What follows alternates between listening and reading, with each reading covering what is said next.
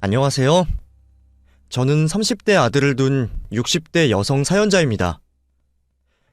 저는 몇 년 전 남편을 먼저 떠나보내고 지금은 돌싱이 된 아들과 한 집에서 서로 의지하며 지내고 있어요. 저는 남편과 사별을 해서 혼자가 되었고 아들은 이혼으로 혼자가 되었지만 저희 모자가 서로 의지하며 지내는 덕에 지금의 생활도 나쁘지는 않다 싶은 생각이 듭니다. 아들 입장은 어떨지 몰라도 솔직히 말하면 저는 다 큰 아들과 함께 지내는 지금이 너무 행복하거든요. 이혼하고 돌아온 다 큰 아들을 끼고 사는 게 좋다고 하는 제가 주책 맞다 생각하시겠죠. 저도 제가 주책인 줄은 알지만 사실 저도 이럴 수밖에 없는 사연이 있습니다. 저는 오래전 저희 남편을 만났고 그런 남편과 30여 년의 결혼 생활을 해왔습니다. 남편은 참 좋은 사람이었고 저를 평생 아껴주고 사랑해주는 좋은 남편이었어요.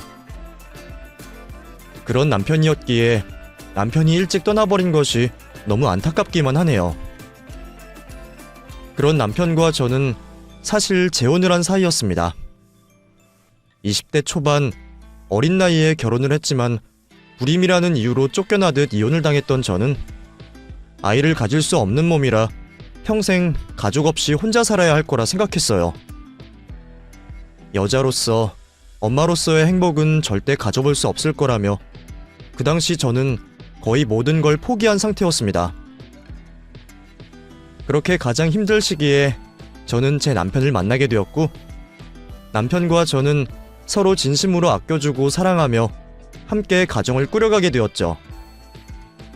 남편 역시 상처가 많은 사람이었어요. 전처가 아들을 낳다가 죽는 바람에 너무 일찍 사별을 하여 어린 아들과 단둘이 남겨진 사람이었죠. 젊은 남자가 갓난쟁이 아들을 돌보며 정신없이 사는 것을 알고는 짠한 생각도 했었습니다. 짊어진 무게가 많아서 어쩌면 아무것도 없는 나보다 훨씬 불쌍한 사람이라는 생각을 했었어요. 그런데 그 사람은 그런 상황에서도 늘 남들을 챙기고 베풀며 열심히 살더라고요. 그런 모습이 좋아서 반했던 제가 결국 그 남자와 새 출발을 하게 되었죠. 그리고 저는 어린 성현이를 제 자식처럼 기르며 성현이의 엄마가 되어 살았습니다. 아이가 워낙 어릴 적에 재혼을 했던 탓에 성현이는 제가 자기 친엄마인 줄 알고 자랐어요. 그래도 친어머니에 대한 이야기를 언젠가 해줘야 한다는 생각은 하고 있었지만 아이가 죽음을 제대로 받아들이기 전에는 얘기를 하지 않는 것이 좋겠다는 생각에 남편과 저는 상의하에 성현이에게 진실을 알려주지 않았습니다. 그래서 성현이는 10수년간 제가 친모인 줄 알고 있었고 저는 그런 아들을 정말 제 친자식으로 키워냈어요. 제게는 성현이가 남의 자식이 아니었습니다. 내 속으로 낳지 않았지만 내 가슴으로 품어 키운 내 자식이라 생각했습니다. 아들을 낳다가 억울하게 돌아가신 성현이 친어머니에게는 죄송스럽고 염치없는 말이지만 저는 성현이 같은 아들을 얻게 된 것이 너무나 행복하기만 했어요. 그랬기에 저는 성현이를 친자식처럼 혼내기도 하고 다그치기도 하며 키웠었죠. 내 자식이라 생각했기에 계산 없이 할 수 있는 일이었습니다. 그렇게 10여 년을 성현이를 업어 키우며 언젠가 사실을 알려줘야 하는 때가 다가온다 생각했는데 그 사이 성현이가 먼저 친어머니 일을 알게 되었습니다. 한창 사춘기로 예민할 시기에 친어머니 일을 알아버린 아들은 큰 충격을 받으며 저를 거부하기 시작했습니다. 그리고는 그렇게나 착하고 말 잘 듣던 아들이 전혀 없이 반항을 하며 저와 점점 멀어지기 시작했어요. 제가 무슨 말만 하면 진짜 엄마도 아니면서 참견하지 말라고 하는 탓에 저는 아이에게 어떻게 다시 다가가야 할지 몰랐습니다. 아이를 대하는 내 마음은 예전이나 지금이나 다른 바가 없는데도 혹시 내 행동이 아들에게 상처가 될까 싶은 생각에 저는 전처럼 아들을 대할 수가 없었어요. 혼을 내는 대신 타이르게 되었고 다가가는 대신 한 발짝 뒤로 갈 수밖에 없었습니다. 남편은 그런 제 대신 아들을 혼냈고, 아들은 혼내는 아버지와 뒤늦게 알게 된 새엄마 사이에서 더욱 혼란을 겪었을 겁니다. 착한 그 아이가 정말 제가 미워서 저를 밀어내는 건 아니라는 걸 저도 알고 있었어요. 아들은 제가 진실을 숨기고 자신을 속였다고 생각하며 큰 배신감을 느꼈을 겁니다. 그리고 자신을 낳다가 돌아가신 친어머니에게 연민과 죄책감을 느끼며 그 죄책감 때문에라도 저를 전처럼 대하기 힘들었을 거예요. 그런 아이의 속을 모르지 않았던 저는 그래서 아들을 그냥 둘 수밖에 없었습니다. 그런 아들의 마음을 억지로 여는 것마저 죄스러웠으니까요. 그래도 다행히 성현이는 착한 아들이었습니다. 성현이는 키워준 정에 감사하다며 시간이 지날수록 저를 다시 예전처럼 대하기 시작했습니다. 하지만 조심스러워하는 성현이처럼 저 역시도 성현이를 이전처럼 편하게 대하지 못했습니다. 왠지 모르게 조심스러워서 자꾸만 표현을 주저하게 되더라고요. 아들도 저를 새엄마라고 생각해서 그런지 저희 모자의 관계가 예전처럼 막역하지는 못했지만 그래도 저는 성현이가 저를 다시 엄마라 불러주는 것만으로 고마웠습니다. 새엄마라도 내가 엄마 노릇을 할 수는 있으니 이 정도만 되어도 저와 아들에게는 다행이라 생각했어요. 그렇게 나름의 가족의 모습을 유지해가며 저는 성현이 엄마로 계속 지낼 수 있었습니다. 다행히 남편과 제 사이에는 아무 문제가 없었고 성현이는 가끔 친어머니 이야기를 꺼내기는 했지만 저를 부정하거나 밀어내려는 모습은 더 이상 없었어요. 그 후로 성현이는 무사히 대학에 진학을 하게 되었고 오랜 고생 끝에 취업까지 하며 제게는 더없이 자랑스러운 아들이 되어주었습니다. 내 아들이 남들에 비해 특출난 것이 아니더라도 내 자식이기에 그저 자랑스러운 것이 부모이겠죠. 그래서 저는 아들에게 더 바라는 것 없이 그 아이가 행복하기만을 바랐습니다. 그리고 20대 후반이 된 아들이 어느 날 결혼을 하겠다며 집에 아가씨를 데려왔죠. 저희 아들이 장가갈 나이가 되었다는 것이 놀라우면서도 이제 벌써 보내줘야 할 때가 되었나 싶어 섭섭했습니다. 하지만 저는 괜히 서운한 표를 낼 수가 없어서 아들의 결혼을 무조건 축하해줄 생각이었죠. 그런데 아들이 예비 며느리라며 데려온 아가씨가 제 마음에 들지는 않았습니다. 저도 웬만하면 아들이 좋다는 여자를 환영해주고 싶은 생각이었지만 아무리 그래도 그렇지 연애도 몇 번 못해본 총각인 우리 아들이 이혼한 여자를 데려왔다는 게 달갑지 않더라고요. 예비 며느리는 이미 결혼을 한 번 했던 아이였습니다. 다행이라 해야 할지 아이는 없었지만 그래도 1년 동안 누군가와 결혼 생활을 했다는 건 지워지지 않는 진실이었죠. 그래도 거짓말을 할 생각은 없는지 첫 만남에 솔직히 사정 얘기를 해주어 고마웠지만 그런 고마움과 별개로 저는 이혼 여인 며느리가 마음에 들지 않았습니다. 그건 저뿐 아니라 남편 역시 마찬가지였어요. 다정하고 유한 성격이던 남편마저 아들의 결혼을 반대하며 크게 화를 내었고 아들은 그런 아버지에게 실망을 하며 그 일로 평소 사이좋던 부자관계가 하루아침에 멀어지고 말았습니다. 아무리 그래도 왜 하필 이혼한 여자랑 결혼을 하려고 그래? 네가 아무리 우겨도 나는 이 결혼 환영 못 해준다. 아버지도 엄마랑 재혼하셨잖아요. 근데 왜 저를 이해 못한다고 하세요? 이놈이 지금 그거랑 이거랑 같아? 너희 엄마 얘기는 뭐하러 거들먹거려? 뭐가 다른데요? 엄마도 한번 결혼했었고 애까지 있는 아버지랑 재혼하신 거잖아요. 솔직히 나도 결혼 잘못했으면 이혼할 수도 있는 거고 요즘 세상에 결혼 한번 했던 게 무슨 큰 죄라도 되나요? 저는 솔직히 재혼까지 하신 두 분이 제 결혼 가지고 이러시는 거 이해도 안 되네요. 아들은 그 아이를 너무 사랑한다며 끝까지 결혼하겠다며 고집을 부렸고 반대하는 결혼이라도 하겠다는 아들이 이러다 혹시나 부모와 연을 끊을까 걱정되었던 저는 남편을 겨우 설득해서 결국 두 아이를 결혼시키기로 했습니다. 반항하는 아들 때문에라도 결혼할 때 도와주지 않겠다던 남편을 달래서 남편이 소유하고 있던 1층 아파트를 아이들에게 신혼집으로 내어주게 했어요. 저도 둘 사이를 반대하기는 했었지만 이왕 결혼시키는 것이면 해줄 수 있는 만큼 해주고 싶었거든요. 하지만 남편은 무슨 고집인지 그러면서도 명의를 바꿔주지는 않았습니다. 니들이 못 헤어지겠다 하니까 나도 마지못해 허락하긴 한다만 나도 앞으로 두고 볼 거야. 둘이 부모 속에 못 박으면서까지 어렵게 결혼하는 거니 이제 더는 부모 걱정시키지 말고 잘 살아봐. 실망시키면 아파트고 뭐고 없어. 그럼요.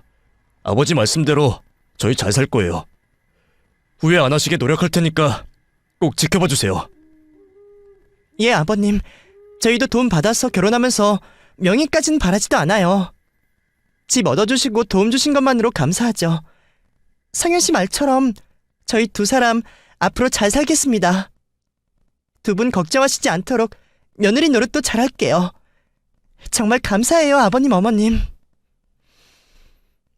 그렇게 아들을 결혼시키고 며느리는 약속처럼 저희에게 잘하려 노력했습니다. 시키지도 않은 안부 인사를 드리고 먼저 연락하지 않아도 자주 시댁을 찾으며 저희 앞에서 둘이 행복하게 잘 사는 모습을 많이 보여주려 노력하는 듯 했어요.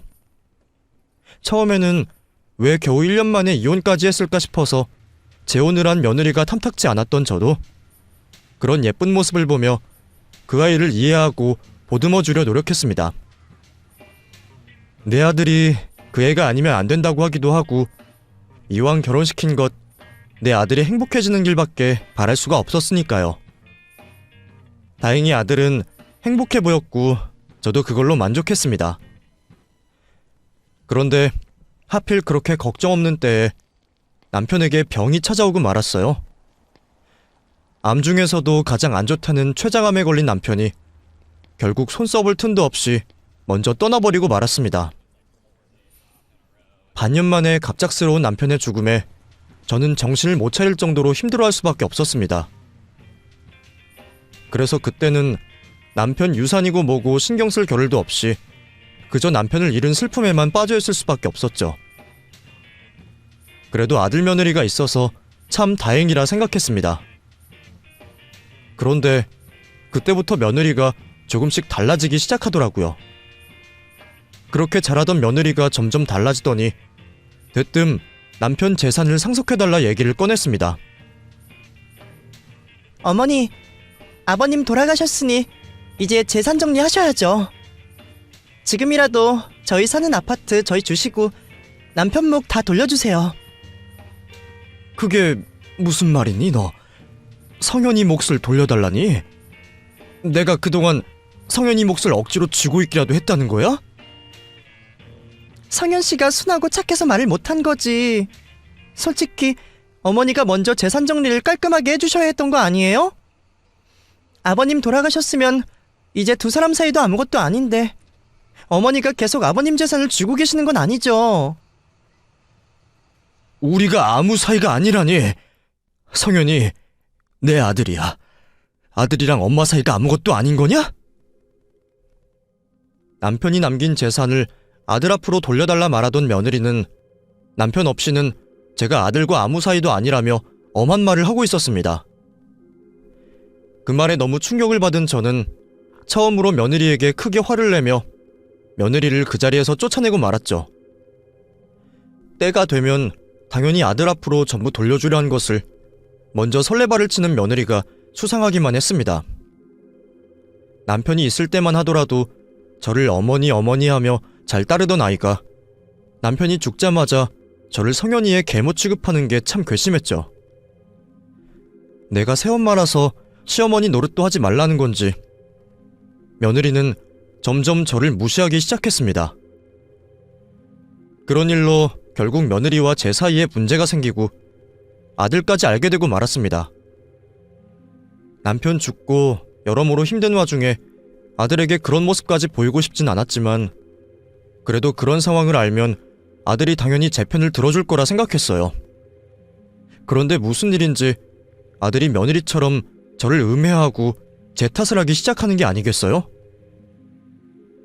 엄마, 진경이 형한테 정말 너무한 거 아니에요? 그래도 자기는 며느리 노릇 잘해보겠다고 노력하는데 엄마는 자꾸 왜 그래요? 정말 아버지 재산 때문에 그래요? 내가 엄마한테서 아버지 재산 다 가져갈까봐 그게 무서워서 이러는 거냐고요. 대체 그 아이에게 무슨 말을 어떻게 들은 건지 아들은 갑자기 제게 그런 말을 꺼내며 저를 의심하기 시작했습니다. 제가 남편의 재산을 모두 빼돌리고 의붓아들을 버려버릴 것처럼 말이에요. 무슨 그런 말을 하느냐며 서운하다고도 말을 해봤지만 이미 며느리의 모함에 넘어간 아들은 제 말은 귀에 들리지 않는 듯 했습니다. 며느리가 대체 무슨 말을 했는지는 모르겠지만 저와 제 아들 사이를 이간질시킨 건 분명한 듯 했어요. 그러지 않고서는 그동안 평생 돈 가지고 말 한 번 없던 아이가 집 명의 얘기를 꺼내고 재산 때문에 저를 괴롭히지는 않을 테니 말입니다. 엄마, 정말 이럴 거예요? 아파트 명의라도 바꿔달라는데 왜 자꾸 안 된다는 거예요? 그건 원래 아버지가 나 주려고 한 거잖아요. 내가 널 못 믿어서 그러는 게 아니라 진경이 걔 때문에 그러는 거 아니야. 너 안 이러던 애가 갑자기 이러는 것도 그렇고 너무 이상하다. 그 애가 무슨 말을 했는지 몰라도 다 믿으면 안 돼. 너 왜 엄마를 못 믿고 그러니? 이렇게 된 것도 다 진경이 때문 아니니? 엄마야말로 자꾸 엄한 사람 탓만 하지 말고 내 생각이나 좀 해줘요. 아버지까지 돌아가셨는데 왜 나한테 재산이 하나도 없냐고요. 이거 법적으로도 문제 있는 거 알죠? 자꾸 이러시면 나도 소송하는 수밖에 없어요. 결국 소송까지 말을 꺼내는 아들을 보며 저는 큰 충격을 받을 수밖에 없었습니다. 나를 정말 돈 욕심 있는 계모라고 생각하는 건지 나를 곡해하는 아들에게 서운함을 느꼈지만 저는 아들이 그렇게 된 것이 다 며느리 때문일 거라 생각하고 있었습니다. 우리 사이가 많이 벌어진 건 맞지만 원래 제 아들은 그런 사람이 아니었어요. 낳아준 엄마는 아니어도 기른정이 그만큼 큰 거라며 꼭 중요한 순간들마다 제 편을 들어주고 저를 챙겨주던 아들이었으니 말이에요.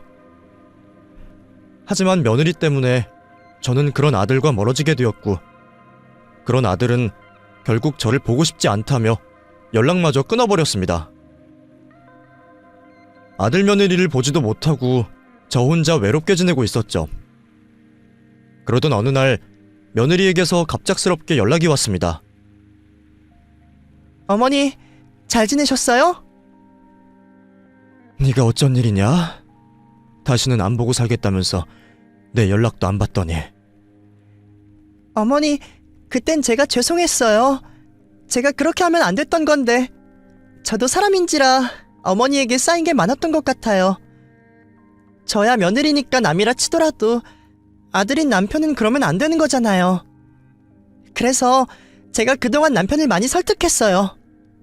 어머니가 일부러 섭섭하게 하신 건 아닐 거라고 제가 계속 얘기를 했더니 그이도 마음이 흔들리나 보더라고요.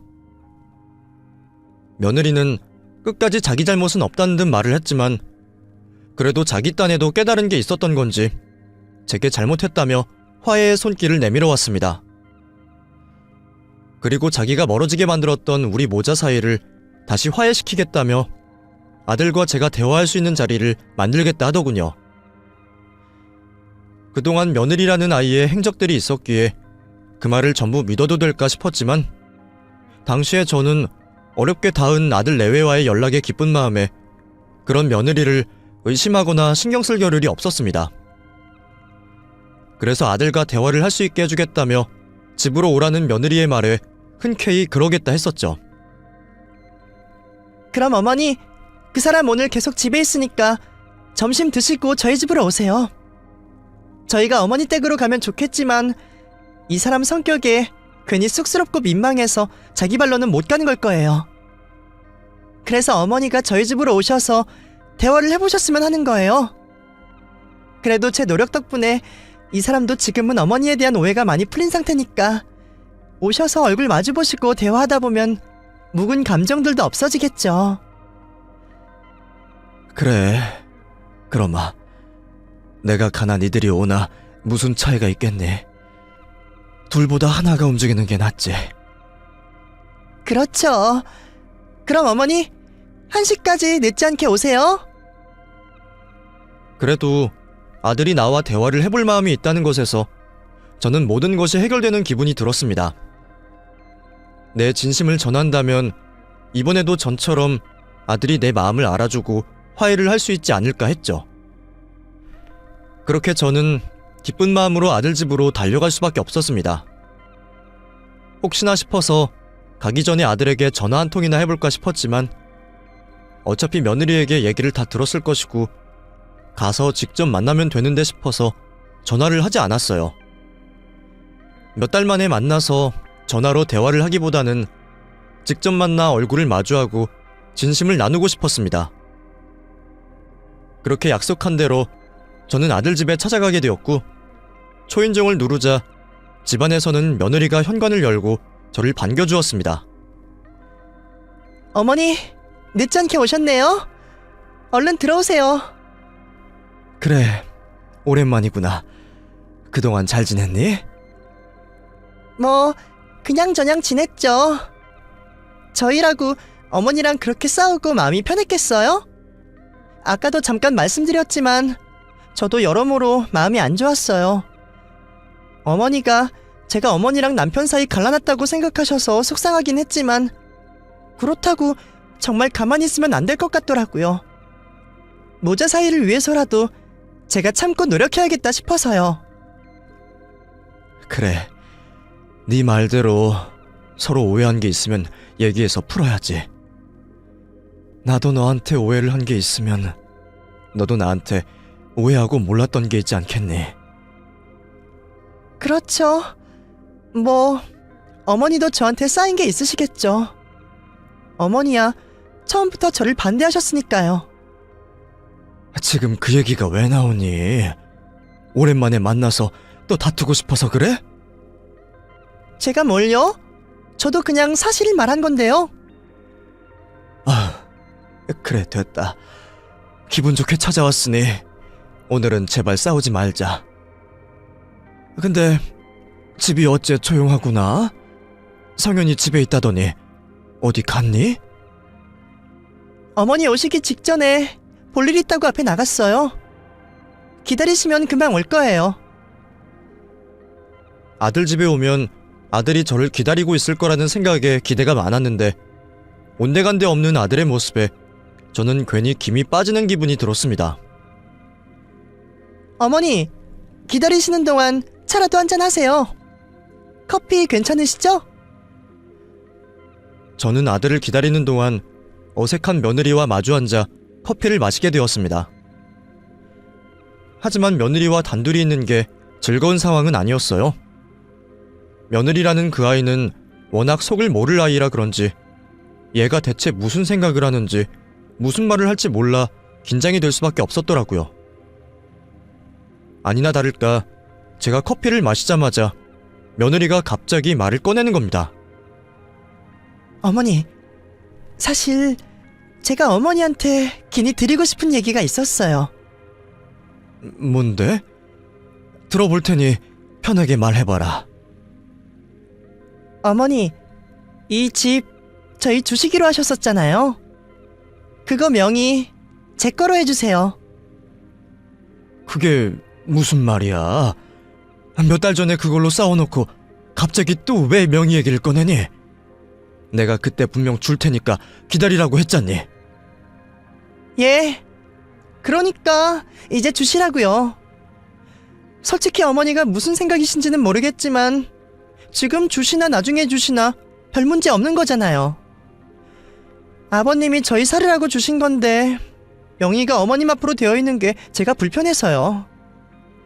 그러니까 지금 주세요. 저는 아들도 없는 자리에서 또다시 명의 얘기를 꺼내는 며느리가 이상하기만 했습니다. 그것도 아들 명의도 아니고 자기 명의로 해달라니 말이에요. 글쎄, 명의를 돌리면 아들 명의로 해야지. 그걸 왜 네 명의로 해주냐니까. 이거 성현이도 알고 있는 얘기니? 그건 어머니가 아실 필요 없고요. 어머니는 그냥 약속만 해주시면 돼요. 어머니가 번거로우실까봐 자필 각서까지 만들어놨어요. 그러니까 어머니는 여기 사인만 좀 해주세요. 자필 각서는 또 무슨 말이야? 아니, 이게 대체 뭐야? 성현이 어디 있니? 얼른 들어오라고 해라. 와서 셋이 같이 얘기 좀 해보자. 며느리는 제가 며느리 앞에서 아이들이 살고 있는 집에 대한 명의를 양도하겠다는 자필 각서까지 내보이며 저더러 그곳에 서명을 하라 하고 있었습니다. 너무 황당하고 기막힌 저는 당연하게도 그럴 수 없다며 거절 의사를 말할 수밖에 없었어요. 말도 안 되는 소리 하지 말고 그거 얼른 치워. 세상에, 네가 설마 처음부터 이러려고 나를 여기까지 오라 그런 거니? 아니, 명의를 내 아들 앞으로 하면 몰라도 왜 네 앞으로 해달라고 그래? 이 각서는 대체 또 뭐고? 어머니, 여기 서명해 주실 때까지 못 나가세요. 아드님도 올 일 없을 거예요. 제가 화를 내며 서명을 못하겠다고 하자 저를 살살 구슬리려던 며느리는 순식간에 태도가 돌변하여 제게 싸늘하게 말을 하기 시작했습니다. 처음부터 이것 때문에 어머니 부른 거 맞아요. 성현 씨 집에 있지도 않고 오늘 들어올 일도 없어요. 아마 며칠 동안 어머니가 여기 있는지 아무도 모를걸요? 그러니까 험한 꼴 보기 싫으시면 그냥 사인해 주세요. 얘가 지금 무슨 말을 하는 거야? 너 지금 나 협박하는 거니? 아니, 내가 내 발로 걸어 들어왔는데 내 발로 왜 못 나가겠니? 너 이러는 거 보니 우리가 더 할 말은 없을 것 같구나. 나 이만 가볼 테니까 오늘 일은 없었던 걸로 하자. 그래도 아들 집에 온 김에 아들과 대화는 한번 나눠보려고 했는데 말도 안 되는 소리를 하며 억지 협박까지 하는 며느리 때문에 저는 화가 잔뜩 난 채로 그 집을 떠날 수밖에 없었습니다. 그래서 서둘러 짐을 챙기고 일어서려고 하는 그 순간 저는 갑자기 어지럼증을 느끼며 졸음이 몰려오는 것처럼 그대로 기절하듯 쓰러지고 말았습니다. 시야가 깜깜해지고 얼마나 지났을지 몰라도 다시 의식을 차린 저는 그 사이 변한 제 꼴을 보고 깜짝 놀랄 수밖에 없었어요. 며느리가 제게 무슨 짓을 한 건지 제가 손발이 꽁꽁 묶인 채로 창고 같은 작은 방에 갇혀있는 상태가 된 겁니다. 어머니, 깨어나셨어요? 너 이게 지금 뭐하는 짓이야? 대체 나한테 뭘 먹인 거야? 너무 걱정하지 마세요. 그냥 수면제예요. 어머니가 협조를 안 해주셔서 저도 이럴 수밖에 없네요. 그러게 좋은 말로 할 때 그냥 사인만 해주셨으면 서로 얼굴 붉힐 일 없었을 텐데요. 너 지금 내가 이 집 너한테 안 넘겨준다고 나한테 이런 짓을 했다는 거니? 이거 감금 아니냐? 너 대체 왜 이래? 왜 이렇게까지 하는 거야? 성현이한테 미안하지도 않아? 어머니야말로 행실을 똑바로 하셨어야죠. 아버님 돌아가시고 대체 언제까지 그 사람 부모 노릇하려고 그러세요? 친모도 아니면서 아버님 재산을 주니 마니 무슨 권리냐고요. 뭐? 너야말로 내 아들이 받을 재산을 왜 자꾸 네가 탐을 내고 억지를 부리는 거니? 너 우리 성현이를 어떻게 속인 거야? 성현이가 아무리 그래도 나한테 이런 짓을 할 애가 아닌데 너 대체 우리 성현이를 어떻게 한 거야? 진짜 아들도 아니면서 자꾸 걱정하는 척, 위하는 척 가증 떨지 마시라고요. 아무튼 어머니 구하러 올 아들은 없으니까 풀려나고 싶으면 얼른 사인해주세요. 사인만 해주시면 풀어드릴 테니까요. 웃기고 감금된 그 상황이 기가 막히고 황당하면서도 저는 제게 그런 짓을 한 며느리가 무서워서 몸이 덜덜 떨리는 것 같았습니다. 하지만 그렇다고 해서 며느리에게 그 집에 대한 권리를 넘길 수는 없었어요. 아들이 그 일에 동의를 한 건지 둘이 짜고 나를 이렇게 만든 건지는 진실은 알 수 없었지만 저는 그때까지도 아들을 믿고 있었습니다. 내가 계모라고는 하지만 내가 기르고 키운 아들이 나한테 몹쓸 짓을 할 수 있을 거라고는 차마 상상도 할 수 없었어요. 우리 사이에 무슨 원망과 오해가 쌓이더라도 성현이가 그런 짓을 할 거라는 생각은 절대 하지 않았습니다. 그래서 저는 더더욱 아들의 생각도 모른 채로 며느리의 요구를 들어줄 수가 없었죠. 제가 끝까지 버티자 며느리는 어디 한번 당해보라며 저를 방 안에 두고 문을 잠근 채 나가버렸습니다. 그렇게 얼마나 시간이 지났을지 몰라도 벌써 깜깜한 밤이 되고 집안이 조용해졌어요. 아까 제가 기절했다가 다시 깨어난 것이 초저녁쯤이었는데 그 뒤로도 한참 지난 것을 보면 벌써 늦은 밤이나 새벽 정도가 되었을 것 같았습니다. 열심히 주변으로 귀를 기울여봐도 거리 역시 조용한 듯 했거든요. 아까까지만 해도 아들이 집에 돌아올 거라 생각하며 아들을 기다리던 저는 소식 없는 아들의 기척에 결국 기다리기를 포기할 수밖에 없었습니다. 그래서 핸드폰을 찾아 신고라도 하려 했지만 제 핸드폰은 어디 갔는지 보이지 않았죠. 손이라도 풀어서 자력으로 탈출이라도 하고 싶었지만 나이도 있고 몸도 약한 제가 혼자 벗어날 수 있는 길이 보이지 않았습니다. 그 사이 며느리가 몇 번 저를 감시하러 드나드는 통에 다른 수를 써볼 수도 없었고요. 그나마 여기가 1층이라는 것이 다행이라 해야 할지 저는 어떻게든 창문을 통해 밖으로 나갈 생각을 할 수밖에 없었습니다. 하지만 묶인 발과 손으로 창문을 여는 것은 쉬운 일이 아니었어요. 며느리 눈을 피해 노력을 해봤지만 제 스스로 창문을 열기는커녕 바닥에서 창문으로 손을 닿는 것조차 어려운 일이었습니다. 그래도 저는 포기하지 않고 노력할 수밖에 없었어요. 이대로 누군가 찾아올 거라 기대하며 계속 갇혀있다가는 저 미친 며느리가 나를 정말 가만히 두지 않을 거라는 생각이 무서웠거든요. 어떻게든 밖으로 탈출해야겠다고 생각한 저는 묶인 손과 발로 어떻게든 움직여서 그 방의 물건들을 창문 밑으로 쌓기 시작했습니다. 책이며 잡동사니들을 몇 시간 동안 조금씩 옮겨서 겨우 창문에 닿을 수 있을 정도의 발판을 만들 수 있었어요. 그렇게 했더니 벌써 아침동이 트고 날이 밝아오더군요. 그 사이 저도 이미 몸에 힘이 다 빠지는 듯 했지만 저는 한시빨리 탈출하기 위해 부지런히 노력할 수밖에 없었습니다.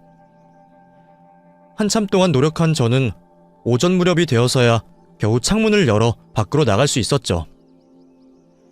아무리 1층 높이라고는 하지만 막상 떨어질 생각을 하니 두려웠습니다. 나이 먹어서는 기침하는 것도 조심하라고 하던데 손발이 묶인 채로 길바닥에 떨어진다면 이 나이에 어디가 어떻게 될지 모를 일이었죠.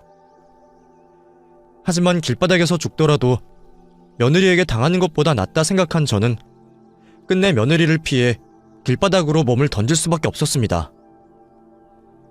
모든 것을 운에 맡기며 몸을 내던진 순간 저는 누군가 달려와 저를 구하는 것을 느끼게 되었습니다. 엄마! 그건 다름 아닌 제 아들 성현이었죠. 내가 창밖에 매달려 있다가 떨어지는 것을 보고 달려와 저를 받아낸 아들은 저를 보며 놀란 듯 했어요.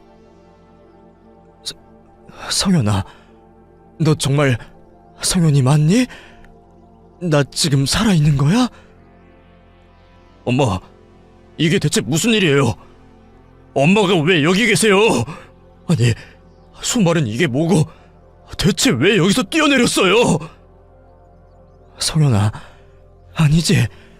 네가 진경이랑 짜고서 나한테 이런 거 아니지? 그게 무슨 말이에요? 나랑 진경이가 짜다니? 설마 이거 진경이가 이런 거예요? 그래, 엄마 여태 너희 집에 갇혀 있었다.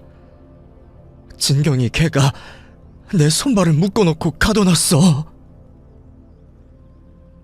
저는 무사히 탈출했다는 안도감과 아들이 마침 그 자리에서 나를 받아냈다는 놀라움, 그리고 긴장감과 공포감에 제정신이 아니었습니다. 그런 와중에도 꿈에 그리던 아들을 다시 만나서 얼마나 반갑던지, 순간 저는 제가 죽기 전에 아들을 보고 싶다는 간절함 때문에 아들의 환영이 보이는 건 아닐까 싶은 생각까지 하고 있었어요. 하지만 그런 제 얼굴 위로 떨어지는 아들의 눈물을 보니 그 상황이 환영이 아니라는 건 알 수 있었습니다. 아들도 몰랐던 그 상황에 많이 놀랐을 줄은 알았지만 아들은 그런 저를 보고 오열을 하고 있었습니다. 성현아, 왜 울어? 울지 말어. 엄마 괜찮다니까 그러네. 엄마, 죄송해요. 저 때문에 엄마가 이 꼴을 당하신 거예요. 다 저 때문이에요. 정말 죄송해요. 그게 왜 네 탓이야? 너도 몰랐다면서. 솔직히 나도 친경이가 왜 저렇게까지 하는지 모르겠다. 나더러 이 집을 자기 명의로 돌려달라면서 서명을 해줄 때까지 나를 감금하겠다고 하는 거야. 아무래도 친경이 제가 정신이 나갔나 보다. 그게 아니면 어떻게 나한테 이러겠니? 자기 탓이라며 죄송하다는 말만 반복하던 아들은 한참을 울더니 제게 그동안 몰랐던 얘기를 꺼내기 시작했습니다. 아니에요. 다 제 탓이에요. 사실 저희 그동안 이혼 준비 중이었어요. 엄마랑 그때 싸우고 나와서 얼마 뒤에 저 사람이 갑자기 이혼 얘기를 꺼내더라고요. 자기는 그동안 엄마랑 고부 갈등 때문에 너무 힘들었고 이제는 엄마 이겨먹지 못하는 저까지 다 지긋지긋하다면서 그만 살자 그러더라고요. 그때는 그저 제가 죄인인 줄 알고 와이프를 설득하려고 했었어요. 내가 잘하겠다고, 제가 노력하면 될 거라 생각했어요. 같이 있고 싶지 않다면서 집에서 나가겠다고 하길래 제가 나가겠다고 진경이더러 집에 있으라고 했어요. 그래서 그동안 저는 계속 밖에서 지냈었어요. 알고 보니 두 아이가 그동안 이혼 얘기를 하며 별거 중이었고 내 아들이 그 집에 없었다더군요. 그런데도 며느리라는 그 아이는 저와 아들을 화해시키겠다며 저를 그 집으로 불러들였습니다. 그제서야 저는 뭔가 단단히 잘못되었다는 생각을 할 수밖에 없었어요. 내 아들과 이혼하겠다고 하면서 그 집 명의를 자기 앞으로 돌려달라며 협박까지 한 것에 분명 꿍꿍이가 있구나 싶었죠. 그런데 충격적인 일은 거기서 끝이 아니었습니다. 시어머니 때문이라면서 이혼을 요구하던 며느리가 사실 저희 아들 몰래 바람을 피고 있었다는 겁니다. 나한테는 우리 집 때문이라면서 이혼하자고 당당하게 하더니 알고 보니까 뒤에서 나 몰래 바람을 피고 있었더라고요. 심지어 전 남편이랑 이혼했던 것도 그 여자 외도 때문이었어요. 저한테 와이프 전 남편이 찾아와서 둘 사이에 있었던 얘기를 전부 해주는데 너무 충격적이라 처음에는 믿을 수도 없었어요. 진경이 말만 믿고 전 남편 때문에 이혼한 줄 알았는데 사실은 외도 때문이었고 둘 사이에 어린 딸까지 있었더라고요. 나한테는 혼인신고만 했던 거라고 깔끔하다고 거짓말을 해놓고 말이에요. 그래서 뒤늦게 사실을 알고 아침부터 따져 물으러 달려왔더니 엄마가 창문으로 나오고 계신 걸 본 거예요. 그동안 며느리에게 집까지 내어주고 별거 중이던 아들이 그날 마침 때맞춰 집에 찾아온 것은 우연이 아니었습니다. 자기 처에게 처음부터 단단히 속았다는 것을 알고 뒤늦게 진실을 묻기 위해 아침부터 달려올 수밖에 없었던 거죠. 그리고 그제서야 아들과 저도 며느리에 대한 모든 진실을 알 수 있게 되었습니다. 그냥 이혼 전적이 아니라 슬아의 자식까지 있었다는 것도 놀라웠지만 그것보다 저는 가정을 두고 바람을 피웠다는 것에 경악을 금치 않을 수 없었습니다. 그리고 재벌은 못 주는 건지 제 아들에게도 똑같은 상처를 주었네요. 뻔뻔하게 잘못을 저질러 놓고 적반하장으로 이혼을 해달라고 했을 그 아이의 행동에 저는 분노가 치밀어 올랐습니다. 그리고 그런 진실이 밝혀진다면 재산 분할을 받지 못할 것을 염려해서 그 전에 제게 친 명의를 넘겨받을 생각이었던 모양입니다. 이혼 전에 시부모에게서 증여받은 재산은 이혼 시 분할에 들어가지 않는다고 하더라고요. 그래서인지 며느리는 이혼을 준비하면서 저를 가둬놓고 재산을 빼돌릴 생각을 했던 것 같습니다. 만약 아들이 진실을 알지 못했더라면 아마 끝까지 나와 아들 사이를 이간질하며 자기 이득만 챙겨갔겠죠. 아들도 그 생각 때문인지 자신이 어리석었다며 자책을 하고 있었습니다. 결국 아들도 그 여자에게 당했을 뿐인데 당당한 그 여자와 달리 힘들고 상처받은 건 제 아들이 되고 말았네요. 내 아들에게 그런 몹쓸 짓을 한 며느리가 도저히 용서가 되지 않았던 저는 그 자리에서 며느리를 경찰에 신고하게 되었습니다. 저도 그냥 저 혼자 당한 일이라면 일이 커져 피곤해지는 게 싫어서라도 조용히 넘어갔을 텐데 내가 아니라 내 아들이 피해를 받았기에 그 아이를 가만둘 수가 없겠더군요. 저는 경찰에 신고를 했고 며느리는 그 자리에서 감금 협박으로 경찰서로 끌려가 조사를 받게 되었습니다. 어머니, 저한테 정말 왜 이러세요? 전부 다 오해예요. 저 너무 억울해요. 워낙 밖에서는 착한 척하던 며느리였기에 경찰들 앞에서도 가증스럽게 눈물까지 보이며 부인을 했지만 진실은 결국 밝혀지고 증거는 드러날 수밖에 없는 일이었습니다. 저는 경찰 조사를 받으며 약물 검사까지 받았고 검사 결과 제 몸에서는 진정제와 수면제 성분이 검출되었어요. 그리고 그 증거 덕분에 며느리가 제게 무슨 짓을 했는지 밝혀질 수밖에 없었습니다. 약물까지 사용해 저를 감금시켰다는 것이 드러나고 며느리가 서명을 강요했다는 것까지 밝혀지면서 며느리는 결국 실형을 받게 되었습니다. 하지만 초범이라 아쉽게도 집행유예로 끝이 나고 말았어요. 그런 사람은 제대로 벌을 받아야 한다 싶어서 너무 아쉬웠지만 그래도 집행유예 중에 또 다른 일을 벌이지는 않을 거라는 생각에 그나마 다행이라며 안심할 수밖에 없었습니다. 그리고 그 사이 아들은 며느리와 준비 중이던 협의 이혼을 중단하고 외도로 인한 이혼 소송을 걸어 며느리에게 위자료를 받아내며 무사히 이혼을 하게 될 수 있었습니다. 재판에 이혼 소송까지 끝난 뒤로 저는 아들 며느리가 살던 집을 곧바로 팔아버렸고 제가 살던 집까지 내놓으며 이사를 준비하게 되었어요.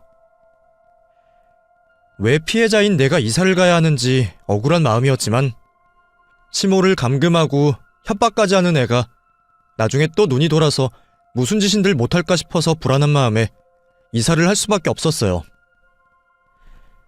하지만 이제 와서는 오히려 덕분에 다행이다 싶은 생각도 들었습니다. 아들이 살던 집까지 팔고 저까지 이사를 하게 되다 보니 아들이 이참에 그냥 같이 살자며 합가를 제안하더라고요. 엄마도 아버지 돌아가시고 혼자 지내시는 거 무서워하셨잖아요. 저도 당분간 재혼 생각 없으니 제가 엄마 모시고 지낼게요. 안 좋은 일도 있었고 그러는 게 제가 걱정이 덜할 것 같아서요. 저야 아들이 먼저 그런 말을 해주니 고맙기는 했지만 아들에게는 그런 결정이 쉬운 결정이 아니었을 겁니다. 제가 친모도 아니고 남편도 없는 와중에 그 아이가 저를 책임져야 할 이유는 없으니까요. 그런데 그런 결심을 해준 아들을 보니 얘가 남이 아니라 정말 내 아들이 맞구나 싶은 생각이 들더라고요. 그래, 고맙다 성현아. 나는 네가 정말 내 아들이라 생각하는데 너도 그렇게 생각해주니 고마워. 당연하죠. 저 한 번도 엄마를 다르게 생각한 적 없어요. 물론 친어머니 일을 알고 속상했던 적은 있지만 엄마를 원망하는 건 아니었어요. 그동안 제가 철없이 못나게 군 것 죄송해요. 그렇게 저희는 그동안의 오해와 서운함을 지우고 다시 새 출발을 하기로 했습니다. 그리고 지금은 더없이 행복한 매일을 보내고 있죠. 여러분들도 가족들과 오해 없이 잘 지내시기를 바라며 이야기를 마치겠습니다. 감사합니다.